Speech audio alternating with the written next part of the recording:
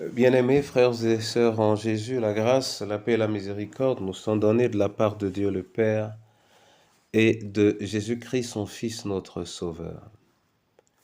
Amen. Pour notre méditation de ce jour, nous allons lire dans Ésaïe 55, le verset 5. Mais avant la lecture, nous chantons la gloire de notre Dieu.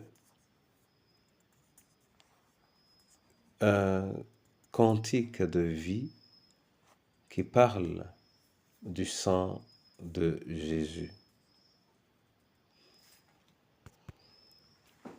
La puissance est dans le sang de Jésus.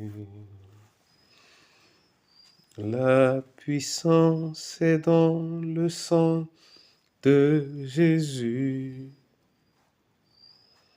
La puissance est dans le sang de Jésus-Christ.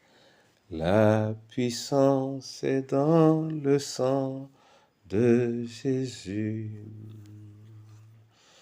La guérison est dans le sang de Jésus. La guérison est dans le sang de Jésus. La guérison est dans le sang de Jésus-Christ. La guérison est dans le sang de Jésus. La victoire est dans le sang de Jésus. La victoire est dans le sang de Jésus. La victoire est dans le sang de Jésus-Christ. La victoire est dans le sang de Jésus. Amen. Ésaïe 53, verset 5, il est écrit: « Mais il était blessé pour nos péchés, brisé pour nos iniquités. Le châtiment qui nous donne la paix est tombé sur lui, et c'est par ses meurtrissures que nous sommes guéris. » Amen. Telle est la description que le prophète Ésaïe fait de ce que le Seigneur Jésus a subi et qu'il a subi pour nous. Dans cette description, nous nous rendons compte qu'il est dit que par les meurtrissures du serviteur sacrifié, nous allons être guéris. Oui, nous allons être guéris. Et cela est vrai.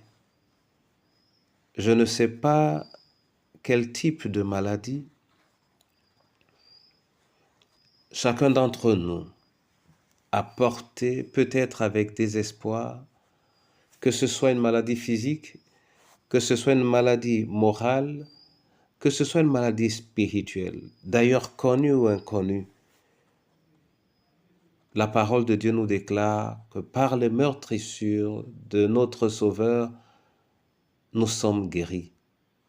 Parce que son sang ne s'est pas versé pour rien, il ne s'est pas versé en vain.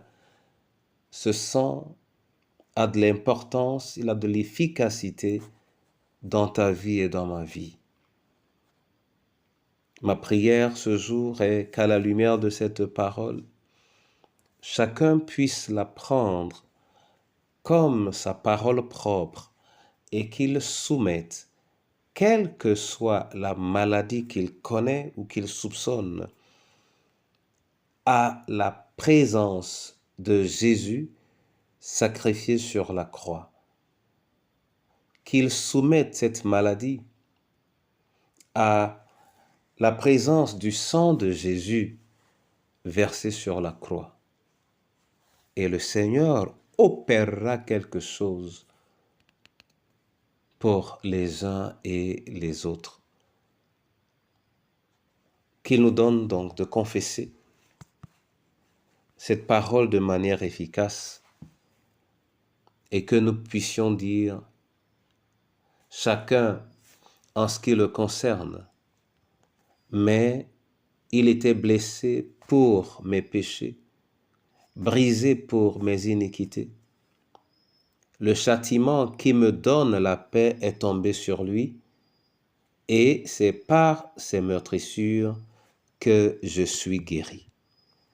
Que chacun se l'approprie, que chacun le déclare, au besoin que chacun le proclame, que chacun se l'annonce de manière prophétique, afin de réaliser en cette saison une guérison dans nos vies, dans la vie de chacun d'entre nous.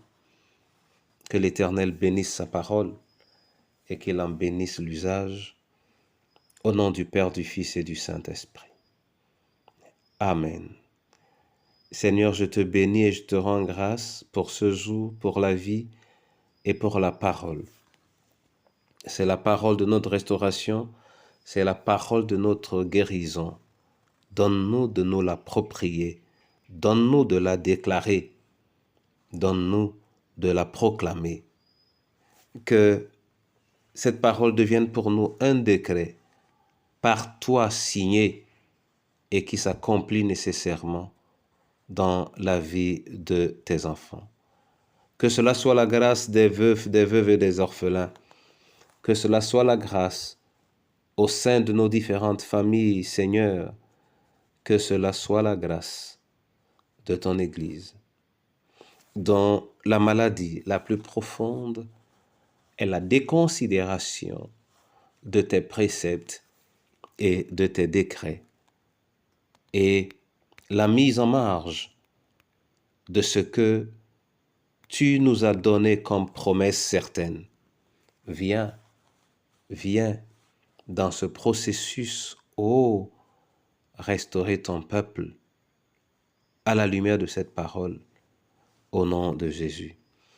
Pour ce jour, ouvre toi-même les écluses des cieux, afin que chacun de tes enfants avance restauré et vive la joie de ta guérison en Jésus notre Sauveur. Amen.